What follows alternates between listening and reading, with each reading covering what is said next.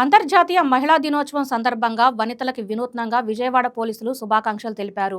విజయవాడలోని వ్యాస్ కాంప్లెక్స్ వద్ద మహిళా దినోత్సవ వేడుకల్లో భాగంగా AP police women child safety wing ఆధ్వర్యంలో బ్యాండ్ షోని నిర్వహించారు. ఈ కార్యక్రమానికి ముఖ్య అతిథులుగా సతీ సమేతంగా పోలీస్ కమిషనర్ ఎస్వి రాజశేఖర్ బాబు, ఐజీబీ రాజకుమారిలు హాజరయ్యారు. మహిళల మహోన్నతమైన వ్యక్తిత్వాన్ని వీణుల విందుగా పోలీస్ బ్యాండ్ టీం వివరించింది.